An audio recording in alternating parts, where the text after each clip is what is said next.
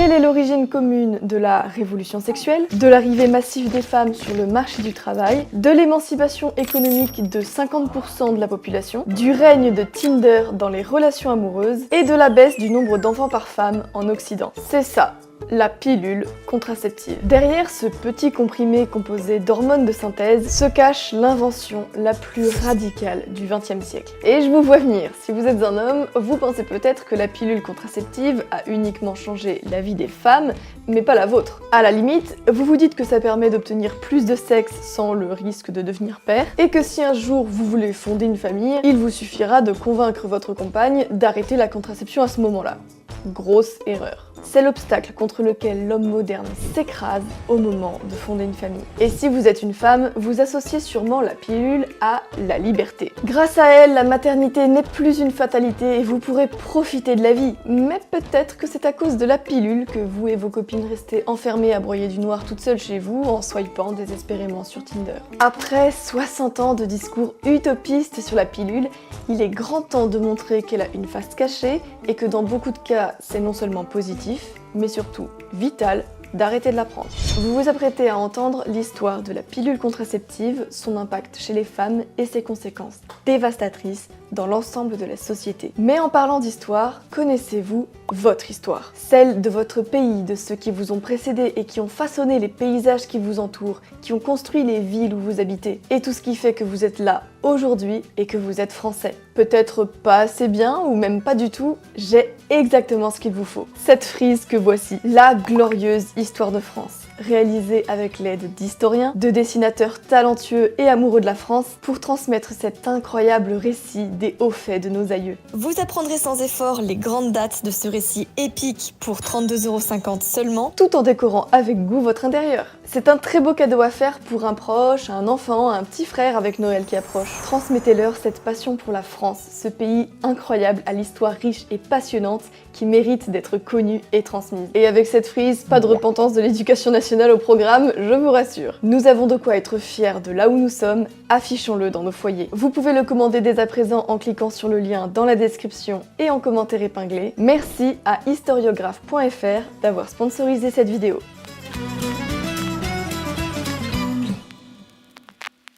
Le principe de la pilule, c'est le piratage hormonal. Vous allez comprendre. Une pilule contraceptive, ce n'est rien d'autre qu'une dose d'hormones de synthèse. On distingue deux types de pilules, la pilule combinée et la pilule progestative. Je ne vais pas faire un cours de biologie, mais il faut comprendre le mécanisme de base de la pilule si on veut s'en protéger. Dans la pilule combinée, on trouve de l'œstrogène et de la progestérone de synthèse. L'œstrogène, c'est schématiquement l'hormone femelle, qui développe l'appareil génital féminin et les caractères sexuels féminins secondaires, comme la poitrine ou le fait d'avoir un bassin plus large que les hommes. Pour simplifier, c'est l'équivalent féminin de la testostérone. Et la progestérone, c'est l'hormone de la grossesse, de la menstruation et de la régulation des ovaires. Dans la pilule progestative, on trouve uniquement de la progestérone de synthèse. Mais dans les deux cas, le fonctionnement est le même. Donner une forte dose d'hormones pour empêcher la grossesse en truquant l'équilibre hormonal de l'organisme. D'où l'expression de piratage. C'est d'ailleurs très efficace puisque la pilule empêche la grossesse avec 99% de succès. Le problème de ce piratage, c'est qu'il est tellement efficace qu'il a tendance à impacter brutalement toute une série de systèmes dans l'organisme qui n'ont rien à voir directement avec la grossesse. Et ce n'est pas nouveau. Beaucoup de femmes, depuis le début de la pilule dans les années 60, ont eu l'impression de subir des effets secondaires. Mais ceux-ci étaient relativement peu étudiés. Et quand des scientifiques se penchaient sur les effets secondaires de la pilule, le grand public restait finalement assez ignorant. Et le constat est assez accablant.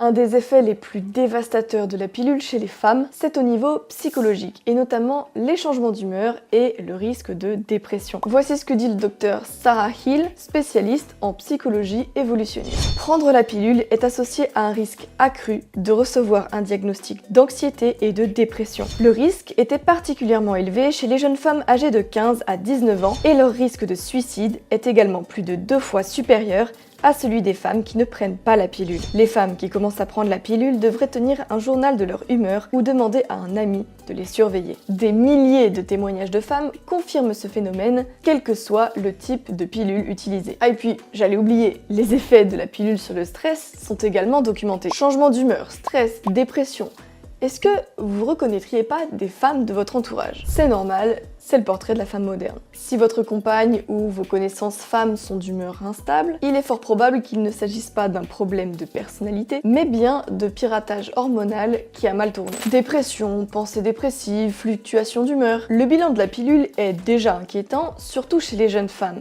On leur a promis la liberté sexuelle grâce à la pilule, mais tout ce qu'elles ont obtenu, c'est de devoir se bourrer de Lexomil et de Prozac dès l'âge de 16 ans. Or, les femmes en situation de détresse psychique ont souvent tendance à multiplier les aventures amoureuses destructrices et sans lendemain. Combien de femmes qui sont potentiellement de haute valeur font exploser leur body count à cause du hacking biologique de la pilule? Les effets négatifs de la pilule ne s'arrêtent pas là. Imaginez Eva, à 22 ans. Elle veut profiter de ses belles années en multipliant les rencontres. Donc, elle prend la pilule, comme 52% des Françaises de 20 à 24 ans. Elle rencontre un homme avec qui elle pense construire une relation longue. Elle décide de fonder une famille. Donc, elle arrête la pilule. Rapidement, elle trouve son compagnon trop doux, trop gentil, trop nice guy. Il ne l'attire plus. Pour cette relation, la rupture douloureuse approche. Pourquoi? Parce que le hacking hormonal de la pilule est si puissant qu'il modifie les préférences des femmes. La recherche montre que sous les effets de la pilule, elles se mettent à préférer les traits moins masculins,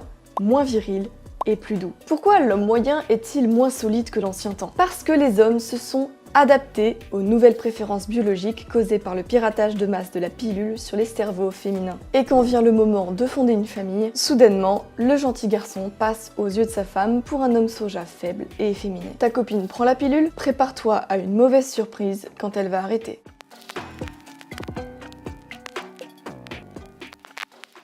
Mais surtout, sans la pilule, la femme moderne n'existe pas. La pilule, c'est ce qui a permis à des millions de femmes de ne pas payer les conséquences de leur mauvais choix de partenaire. Pour certaines, ce n'est pas l'objectif premier de la pilule, mais pour beaucoup d'autres, c'est bien l'utopie qu'elles poursuivent. Permettre aux femmes d'avoir une sexualité masculine. Dans toute l'histoire humaine jusqu'aux années 60, l'intimité physique amène immédiatement à la grossesse. Donc celle qui va s'ouvrir pour le premier bonhomme va en payer le prix. Avoir un gamin avec un loser ou finir mère célibataire. Mais avec ce petit comprimé magique, tout change. Une fille peut maintenant enchaîner les relations, doper son ego en faisant saliver tous les mecs qu'elle rencontre, et exploser son body count sans jamais avoir à en assumer les conséquences, et passer ses plus belles années à servir d'objet sexuel pour son entourage masculin. Et à 30 ans, fracassée par la dépression ou les relations instables, elle se range avec un gentil qui va partager sa maison et son salaire avec elle, et dont elle finira par divorcer quelques années plus tard. Et le pire, c'est qu'elles s'en plaignent. Tout le paradoxe des femmes est résumé dans la pilule. Elles défendent un objet qui permet aux femmes de remplacer la maternité par le sexe, avant de se plaindre qu'elles ne sont vues que comme des objets sexuels. Les femmes modernes, surtout dans la version féministe « je fais ce que je veux et personne n'a à me dire comment je dois mener ma vie », veulent le beurre et l'argent du beurre. Elles veulent vivre pour maximiser leur plaisir sexuel sans avoir à assumer les responsabilités de la vie d'adulte, tout en gardant le respect qui était adressé aux femmes parce qu'elles seules avaient le don de donner la vie. Comment reprocher aux hommes les plus attirants d'enchaîner les conquêtes sans lendemain, alors même que ce comportement n'est rendu possible que par la contraception de masse? Et l'homme qui cherche à fonder une famille doit attendre la trentenaire épuisée par ses années irresponsables. Et celui qui ne cherche qu'à coucher un maximum est accusé d'être un salaud. Impossible de gagner. Comment s'étonner, face à ce discours complètement contradictoire et névrosé, d'assister à la naissance des mouvements masculinistes type les mectos ou les incels? Tout ça, ce ne sont que des tentatives de remettre l'ordre dans le chaos, provoquées par l'incapacité d'une grande partie des femmes à tenir un discours cohérent sur la pilule. Parce que finalement, il n'y a pas 36 solutions. Soit les femmes sont définies par leur utérus, soit elles sont définies par leur vagin. C'est cruel, mais c'est la réalité. Les féministes se plaignent que dans le passé, les femmes n'étaient considérées que comme des utérus. Et d'un certain point de vue, c'est vrai. Une femme, c'était une mère en devenir. C'était réducteur certes, mais au moins c'était clair. Et ça sous-entendait que la valeur d'une femme ne se réduisait pas à être une fille facile. À l'opposé, si la société ne considère la femme que comme un vagin sur pattes, alors forcément toutes les autres qualités féminines disparaissent, puisqu'elles n'ont aucune importance à côté de la satisfaction sexuelle qu'un homme va retirer d'une femme. Qu'est-ce que ça peut bien faire à un homme qu'une fille ait de la culture, une bonne personnalité, ou qu'elle ferait une excellente partenaire si la chose la plus importante dans sa vie, c'est de défendre la pilule, c'est-à-dire un objet qui renvoie le signal très clair « je veux coucher un max sans conséquence ».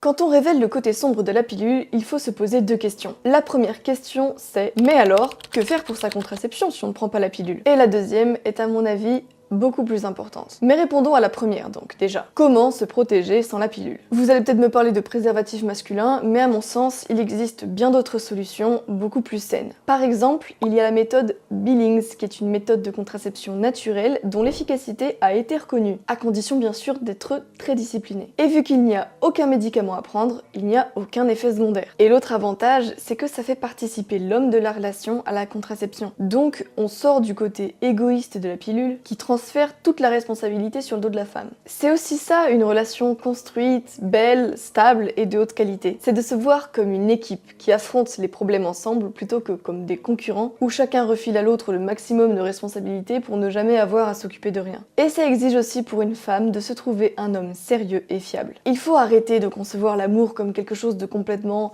anodin, sans risque et sans conséquences. C'est une force puissante comme le feu. C'est crucial pour la survie, c'est utile, c'est beau, c'est chaleureux, mais ça contient aussi une part de danger qui demande de prendre ça au sérieux. Donc ça c'est pour ma réponse à la première question, que prendre à la place de la pilule?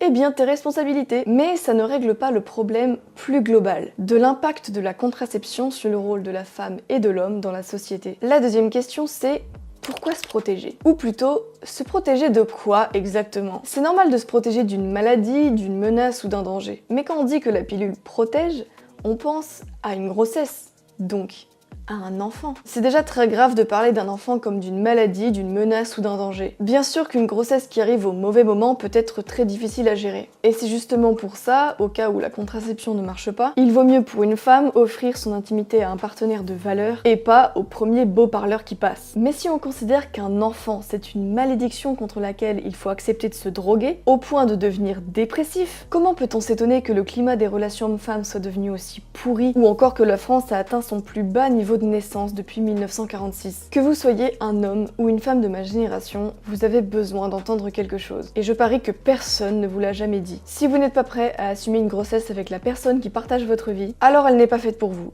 Ou vous n'êtes pas assez mature. Dans tous les cas, vous perdez votre temps. La pilule ou la contraception ne sont pas des choix de vie durables. C'est une méthode qui permet de se donner le temps de vérifier que son partenaire est vraiment fiable avant de fonder une famille avec lui. Mais ça ne sert pas à faire comme si on avait 19 ans toute sa vie pour enchaîner les coups d'un soir nuls et les semi-relations détruites. Beaucoup d'hommes trouvent que les femmes modernes sont chaotiques et instables. Normal quand elles sont plus de 150 millions à faire le choix du piratage hormonal chaque jour, et que cela les pousse à enchaîner les hommes puisqu'elles n'ont jamais à subir les conséquences de leur mauvais choix. Et à côté de ça, combien de filles se réfugient dans la pilule et le hacking hormonal parce qu'elles ne trouvent pas d'hommes de valeur à qui faire confiance autour d'elles? Vous pensez peut-être que les filles qui finissent dépressives à cause de la pilule recherchent la contraception pour profiter de leur liberté sexuelle et donc qu'elles le méritent. C'est malheureusement faux. Aux États-Unis, 58% des femmes qui prennent la pilule le font pour des raisons non contraceptives. Règles douloureuses? Pilule.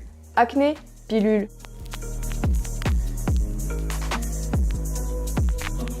Il existe en Occident un mouvement de retour de bâton contre la pilule chez les jeunes générations. Beaucoup de filles refusent de la prendre après avoir entendu leurs sœurs ou leurs aînés ou leurs amis raconter les effets secondaires qu'elles ont subis. Malheureusement, certaines opteront pour la stérilisation. Mais peut-être que d'autres vont réconcilier le plaisir physique avec l'amour sincère et la volonté de partager leur intimité dans une relation stable. La pilule a en réalité confisqué le destin de beaucoup de femmes, qui auraient pu exprimer leurs valeurs et donc se trouver un homme à leur mesure. Mais à cause du piratage biologique généralisé, elles se condamnent à une torture psychologique quotidienne, sans en retirer aucune récompense. La révolution sexuelle est née de la pilule, mais peut-être qu'elle en mourra. Et quand ce jour viendra, nous serons beaucoup à applaudir.